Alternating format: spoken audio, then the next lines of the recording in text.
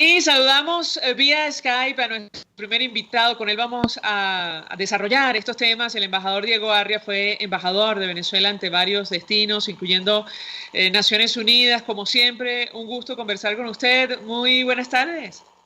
Un gran gusto para mí, te lo aseguro. Pues la verdad, iniciaría conversación acerca de este tema que ha generado tantas reacciones y análisis sobre el impacto que podría tener una decisión de esta naturaleza que está bajo evaluación del gobierno norteamericano. No es un hecho, aunque el diario The Washington Post habla de una discusión abierta sobre, bueno, la decisión de incluir a Venezuela en la lista de países que patrocinan el terrorismo, una pequeña lista, por cierto, de la cual forman naciones como Irán, Corea del Norte, entre otras. ¿Qué puede comentarnos? Pues sí, y Sudán, o sea, un club de miembros muy distinguidos, es la verdadera lista negra de los agentes que propician, promueven o son amenazas de terrorismo en el mundo. Los Estados Unidos tienen tiempo analizando el problema de Venezuela por su asociación con los grupos armados, específicamente los narcoguerrilleros de Colombia, el ELN, la FARC, durante muchos años, y al mismo tiempo con los grupos como Hezbollah y otros grupos que se han ido infiltrando en Venezuela, gracias a que Venezuela se ha convertido en un santuario de los peores grupos de delincuentes de distintas nacionalidades. Todavía, como tú lo has señalado, eso no está aprobado. Es un paso importante que yo creo que hemos venido por escalones. El primero fue sancionar a Venezuela por actos de corrupción, un régimen totalmente corrupto. Luego se eleva el otro nivel, Venezuela pasa a ser un país denunciado ante la Corte Penal Internacional por la documentación que presenta la Organización de Estados Americanos. Es el segundo nivel. El tercer nivel de Venezuela ser incluido en una lista de terrorismo implica que ha cumplido con todos los pasos para que realmente represente una amenaza a la seguridad y a la paz mínimo en la región. Y esto tiene consecuencias.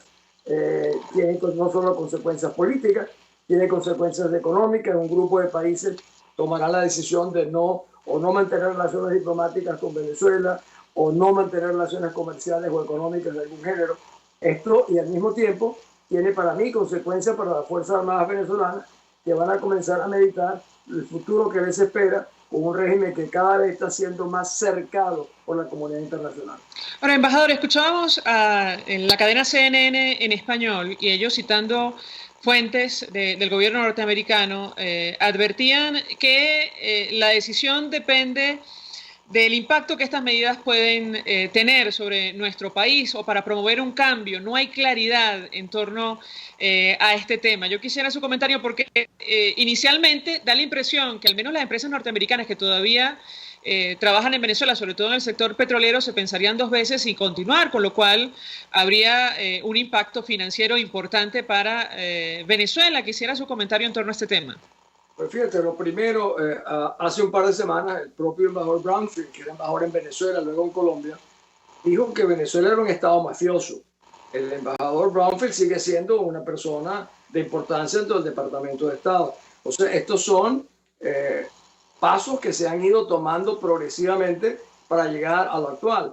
Evidentemente, la situación para las compañías petroleras, que muchas de ellas incluso están pensando de todas maneras retirarse de Venezuela, tiene consecuencias importantes. Por eso es que este procedimiento para incorporar a un país como terrorista no es nada sencillo. Pero no podemos olvidar que las agencias de inteligencia norteamericanas y de otros países vienen con el radar puesto sobre Venezuela por muchos años y crecientemente más. O sea que lo que tú señalas, algunos dicen en los Estados Unidos, esto más bien puede tener consecuencias contrarias, que es más bien consolidar a Maduro, al decir que esto es un ataque a Venezuela. No, esto no es un ataque a Venezuela, es un ataque a Maduro y a sus jerarcas.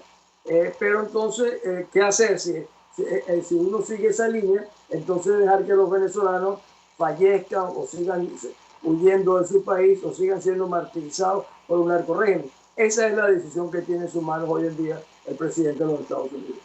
Ahora, da la impresión que la comunidad internacional, incluyendo el gobierno norteamericano, todavía guarda esperanzas de una salida negociada o pacífica. Fue la palabra que utilizó el embajador Carlos Trujillo ante la OEA en torno a lo que está ocurriendo en nuestro país. Si me permite, vamos a reponer un extracto de una declaración que él ofreció como parte de la delegación de 17 países que visitaron la frontera entre Venezuela y Colombia. Él se expresaba en torno a lo que ocurre en nuestro país en los siguientes términos. Lo escuchamos y yo quisiera su comentario, embajador. Todavía no lo tenemos, pero en todo caso, él...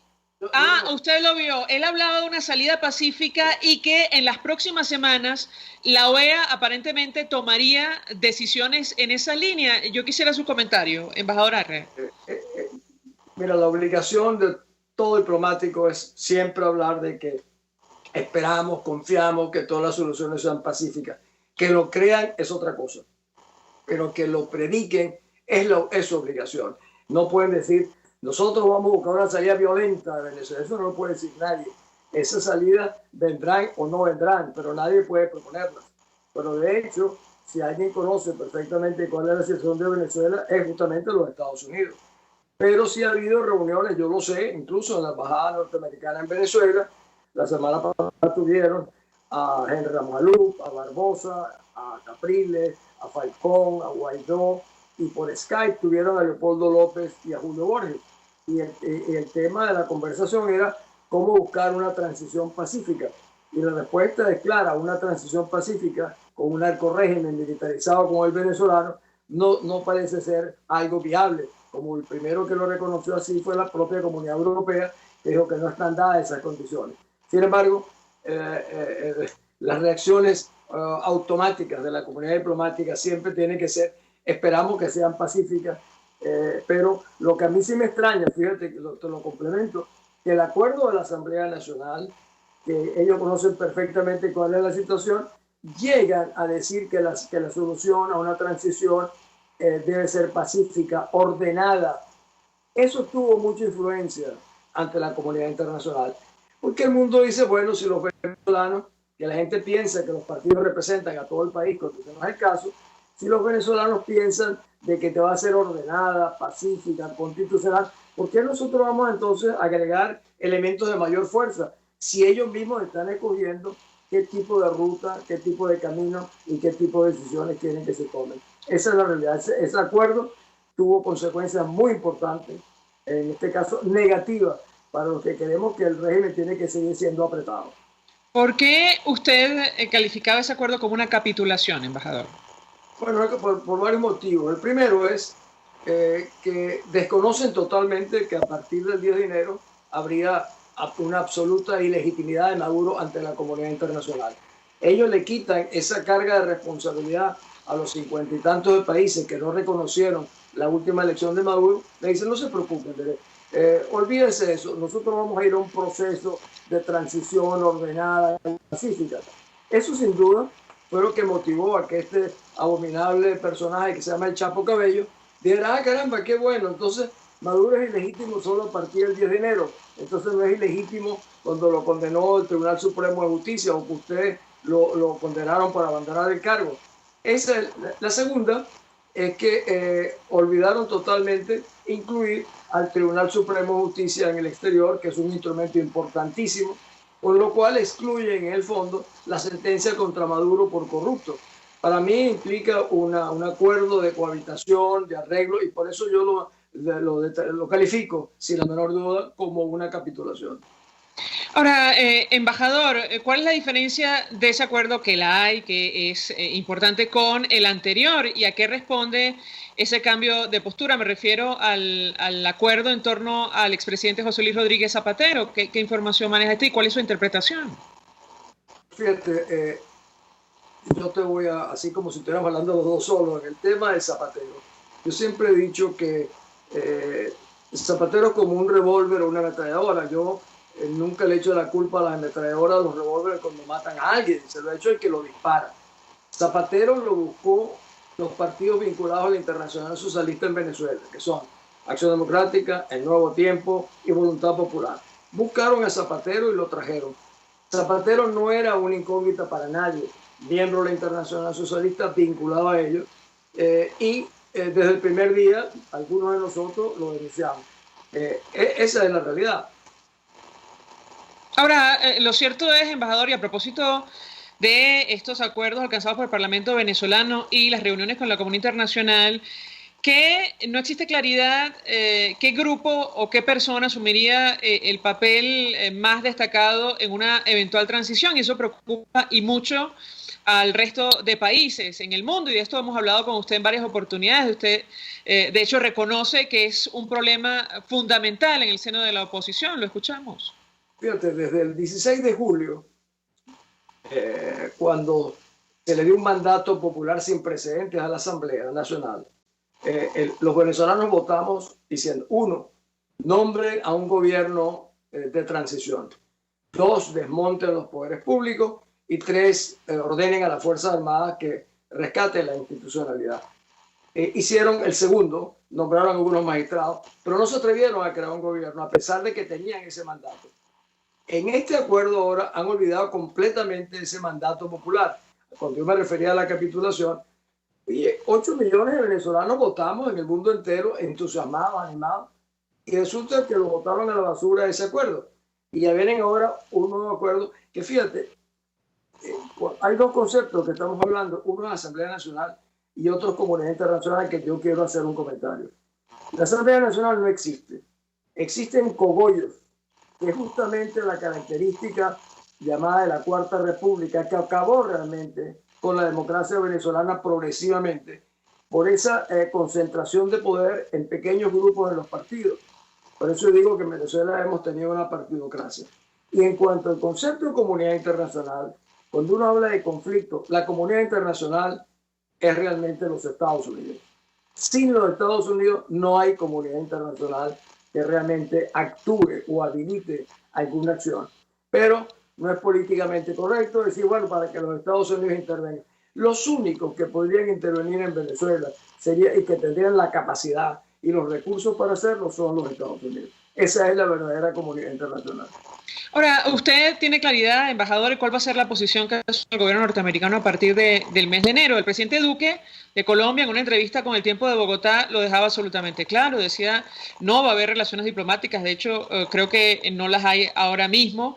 Hay representación consular, pero poco más. Y en el caso de los Estados Unidos, no hay claridad. ¿Qué opina usted? ¿Cuál va a ser la posición del gobierno de Donald Trump a partir de esa fecha? Bueno, antes de llegar al presidente Trump, te hablo de España. El canciller de España fue igualmente claro. Dijo, a partir del 10 de enero, un poco evitando las críticas que se le estaban haciendo, dijo, no, a partir del 10 de enero para nosotros no existe ese gobierno. ¿Existirá para los 50 países? ¿Actuarán? Yo no lo sé, pero hay algo que conspira contra eso. Ese acuerdo, la capitulación, como yo la llamo, excluye totalmente eso. No habla de que el 10 de enero ya es ilegítimo, sino que dice, pretende seguir gobernando a partir del 10 de enero, ejerciendo pero si ya estaba ilegítimo desde ahora. O sea, el principal conspirador para que eso no suceda es el acuerdo y los acomodos internos de estos cogollos de la Asamblea Nacional. Los cogollos fueron realmente la ruina de los partidos políticos.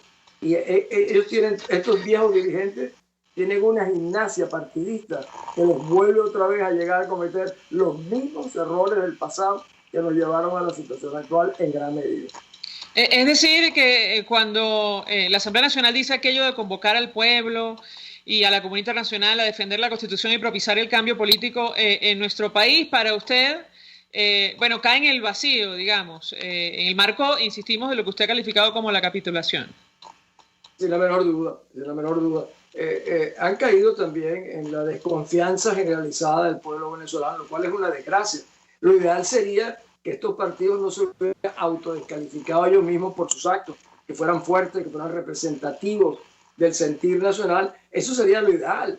Lamentablemente, yo soy el primero en decir que es una desgracia que ellos mismos, no es que les hayan hecho una campaña contra ellos, ellos han actuado durante estos 20 años en gran medida en una campaña que los ha venido destruyendo ellos mismos. Ojalá hubiésemos podido tener nosotros, como fue un momento dado en Venezuela, en el 58, cuando sale Pérez Jiménez, que hubo la posibilidad de que 2 partidos fuertes, que era Acción Democrática y COPEI, se unieran y realmente actuaran de una manera unificada. Y ante la pregunta de quién asumiría una transición, ¿cuál cree usted que es la respuesta que obtiene la comunidad internacional? De acuerdo con la Constitución, el presidente de la Asamblea Nacional podría designar. Así se hizo en un momento dado, cuando se nombró a Ramón Velázquez, cuando cometieron la barbaridad de desmontar al presidente Pérez. O sea, podrían perfectamente nombrar incluso al propio presidente de la Asamblea, lo cual yo pienso que sería realmente terrible, pero realmente eso podría ser el caso institucional. Yo no creo que lo van a hacer, no creo que se van a atrever a nombrar a un presidente, y menos aún a una junta o un consejo de gobierno de emergencia. Y ahí llegamos al punto que creo que tú me estás preguntando. Y nosotros estamos enfrentados, los venezolanos en general, o seguimos acompañando o observando a estos cogollos de la Asamblea Nacional que capitulan ante el régimen, o exploramos una opción, como por ejemplo que el Tribunal Supremo nombre a una junta, a un consejo de gobierno de emergencia que aglutine a la diáspora y que sea el verdadero vocero de los venezolanos que realmente queremos rescatar la libertad. Son dos opciones. ¿Funcionará lo del gobierno en el exilio? Yo no lo sé, ¿verdad? Eso es imposible saberlo, pero lo que sí te puedo asegurar que lo que no va a funcionar es el acuerdo que la Asamblea o los cogollos están haciendo en representación de un país que les ha quitado toda la confianza y toda la credibilidad. Ahora, al margen de que funcione una iniciativa de esa naturaleza, ¿cree usted que contaría con apoyo? Porque esa es la gran incógnita. Da la impresión que muchos países no lo tienen claro. Pues mira, evidentemente eso es una realidad. Eso no va a ser para nada sencillo, pero también depende de quién es ese gobierno, de esa junta de gobierno, qué tipo de personalidades la integran, qué peso tienen. No va a ser sencillo, pero si a partir del 10 de enero hay un vacío institucional, es un gobierno que es terrorista, corrupto y violador de los derechos humanos, caramba, le será difícil a muchos países no entender de que hay que pensar fuera de la caja. Además, eso está previsto en nuestra Constitución. El 333 dice que los venezolanos estamos obligados a defender la institucionalidad cuando se viola la Constitución. O sea, no estaríamos hablando ninguna norma constitucional y estaríamos adecuándonos, que es una realidad, que el mundo tiene que entender que nosotros no tenemos un gobierno, tenemos un narcorrégimen que se ha apropiado de todas las instituciones del Estado, de su patrimonio, y en adición se ha convertido en una amenaza no solo para la región, sino incluso para el mundo. Embajador Diego Arria, gracias, como siempre, por atendernos, acompañarnos. Fue embajador de Venezuela ante varios destinos, incluyendo Naciones Unidas, expresando opinión acerca de esta decisión que está bajo análisis del gobierno norteamericano de incluir a Venezuela en la lista de países que patrocinan el terrorismo, el impacto que esto podría tener y los escenarios de cara al mes de enero, tomando en cuenta declaraciones como la del canciller Josep Borrell, efectivamente canciller español, y el propio presidente de Colombia, que ha dicho que no va a reconocer la actual administración y, por supuesto, no tendrá relaciones diplomáticas. Vamos a la pausa. A regreso venimos con más. Usted escucha Conexión 750 con María Alejandra Trujillo, solo por RCR 750 AM.